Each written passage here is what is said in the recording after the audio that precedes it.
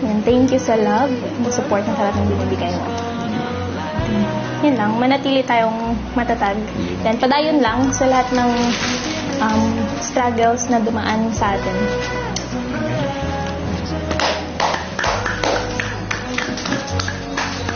Yan lang po.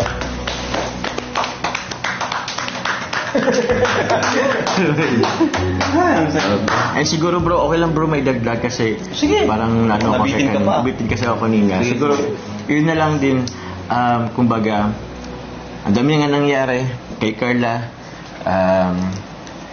Again, whatever happens kasi sobrang dami pa nating lalakbayin pero ito tatandaan mo ako lagi nakasupport sa'yo and magiging proud of you and siyempre I love you. Ano naman dyan? Malwat ka.